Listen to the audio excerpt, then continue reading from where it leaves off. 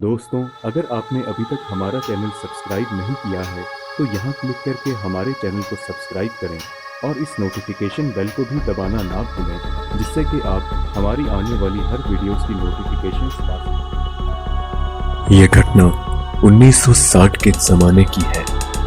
Aligarh ITI में मेरे पिताजी प्रिंसिपल थे। हम लोग कैंपस के ही क्वार्टर में रहते थे। गर्मियों के दिन थे।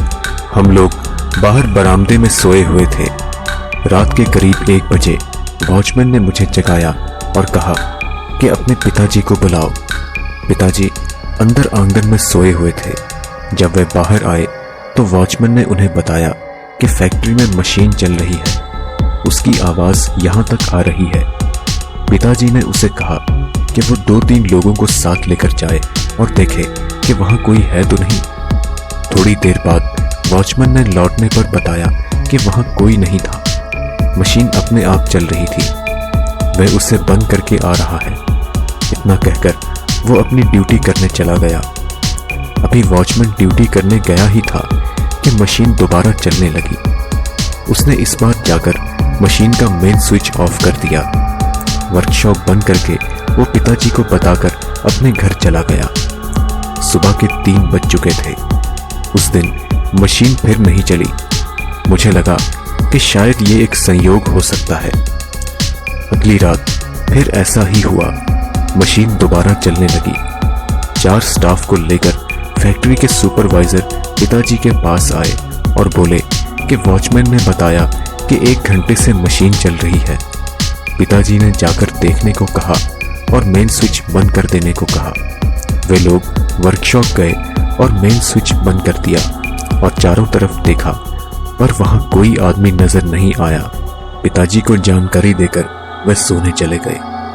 उस वक्त रात के 2 बज चुके थे। आधे घंटे बाद मशीन दोबारा चलने लगी। इस बार मशीन बंद करके सुपरवाइजर साहब ने मेन स्विच का ग्रिप भी निकाल दिया। चारों तरफ नजर घुमाई पर वहां कोई नहीं था। उस रात मशीन नहीं चली। अगले दिन वॉचमैन ने सुपरवाइजर से कहा, साहब, सोमवार को प्रैक्टिकल का एग्जाम है। हो सकता है किसी स्टूडेंट का प्रैक्टिकल पूरा नहीं हुआ हो, इसलिए वो रात में आकर प्रैक्टिस करता हो।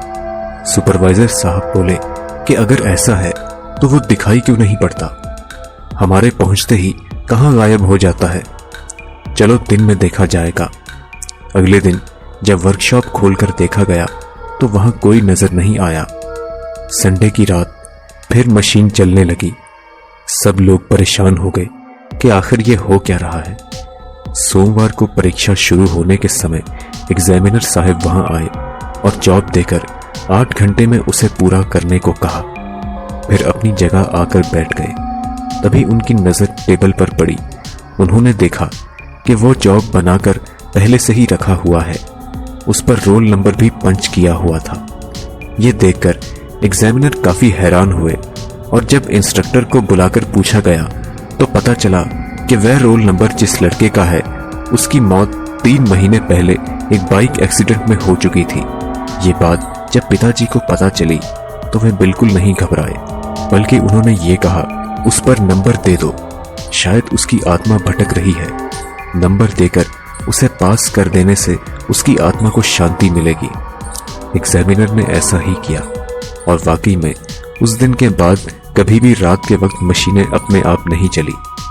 हम लोग 3 साल तक वहां रहे, लेकिन ऐसी कोई घटना नहीं हुई।